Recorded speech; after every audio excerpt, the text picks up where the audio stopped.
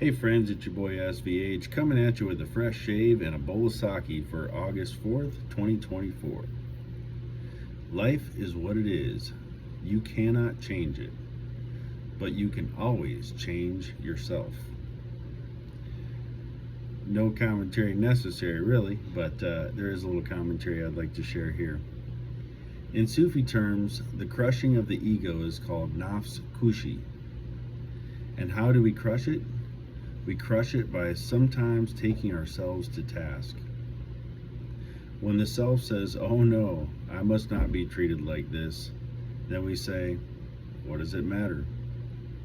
When the self says, "He ought to have done this," or "She ought to have said that," we say, "What does it matter? Either this way or that way." Every person is what he is.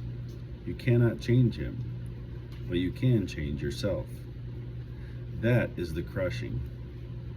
It is only in this way that we can crush our ego.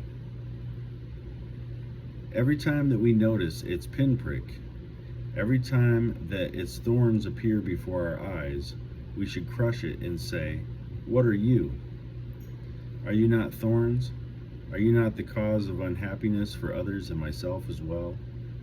I do not want to see my own being in such a form, in the form of thorns.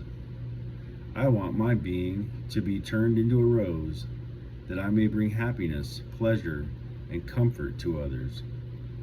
If there is anything needed in spiritual teaching, in seeking truth, in self-realization, it is the refinement of the ego. For the same ego, which begins by being our worst enemy, will in the end, if developed and cultivated and refined, become our best friend. So this one really is just about the training of the ego. You know, we live in a world that we want to see change in, right? And the only way to really make that change is to change ourselves. If we make a change personally, we do something within ourselves, it's going to carry out, and it's going to have a vibration that's going to hopefully influence others to make the change within themselves as well. But it starts with each one of us taking ourselves to task, and this was what this one is really about today. You know, in this world, you want to change things so bad, you want to change people, but if we can be the change, but we have to do it ourselves. By changing yourself and changing your own attitude, changing the way that you look at things, also becoming devoid of the ego, you know, being able to be okay with things not being your way. That's a real challenge, right? But at the same time, you know, when you do that, it is a crushing of the ego. It is a blow. It's a hard blow sometimes, but it's something that definitely takes you to task, and it helps you to really understand life better. It helps you to know more about the real self and the true self, because the ego's out of the way. And then once the ego's out of the way, you start to see other people differently. You start to see, oh, you know, I kind of have an understanding of why that person is the way they are, or why that person it acts the way they do because of this experience that they've been through. I didn't realize that before, and now I have this understanding. So these are things that you know, over time, you learn to strip away the ego. You learn to strip away the things that mattered so much because you realize they matter so little, right? And you know, there's a saying. I'm probably going to misquote it, but when I first came to the Sufi path, my teacher told me about a particular Sufi phrase, where something to the effect of, the only thing that's yours is what you can't lose in a shipwreck.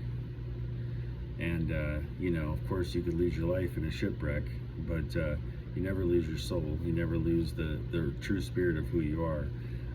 But everything else is false, and everything else is of the ego.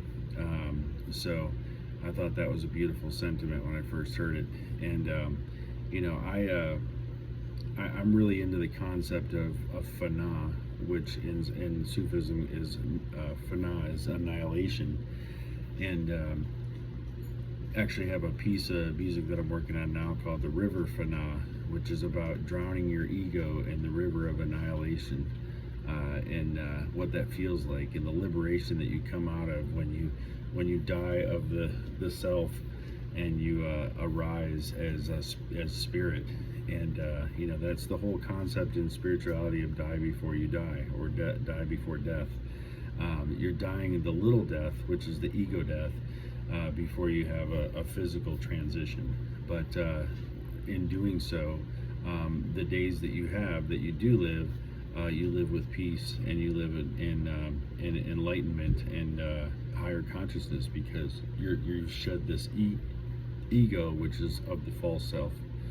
So yeah, just a couple good thoughts about today's bowl of sake. Hope you enjoyed that one today, and I'll be back at you again tomorrow with another one, and I'll see you soon. Take care.